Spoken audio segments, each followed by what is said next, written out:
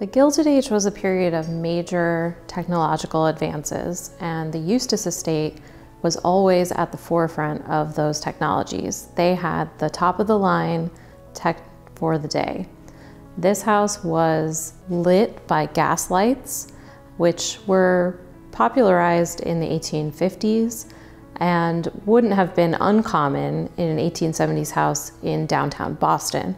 But this house in Milton was out in the countryside, and it was very unusual to have gas lights in a house so far out from the city center.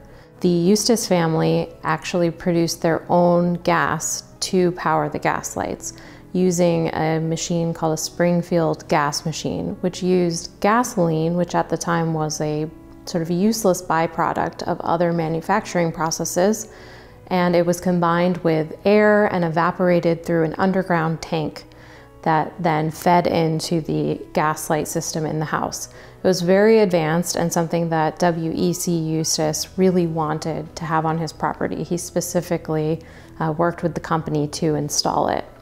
He then also wanted the top-of-the-line lighting technology as it advanced. So in 1895, he electrified the property.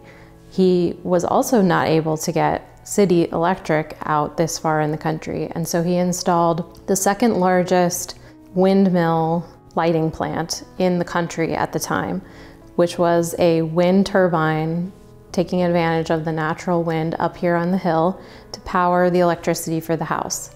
That system was then upgraded, and a small stone powerhouse was built in 1902, and on top of that was a 100-foot tall wind turbine. And that powered the entire estate by charging batteries that were in the basement of the building. This room, the dining room, is a room that really exemplifies how designers were also interested in technology. So the aesthetic movement, decorators and designers were taking advantage of these new technologies to create these beautiful spaces.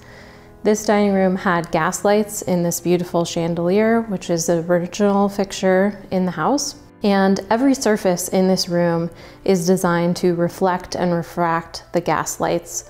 So there's texturing on the wall. There's actually sand in the wall surface with a bronze powder on top. There's a high shine to the tiles in the fireplace. There's beveled glass in the fireplace mantle.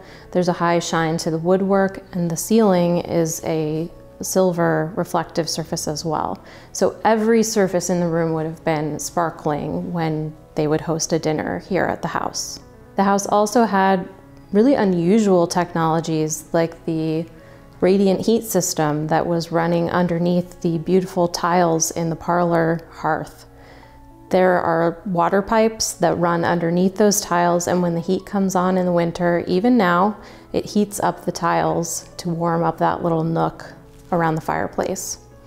There's also communication systems that were built into the house, like an early electric annunciator system, which is the buttons to call the staff. So there are doorbell-like buttons throughout the house that, when pushed, ring a bell in the kitchen to call for staff.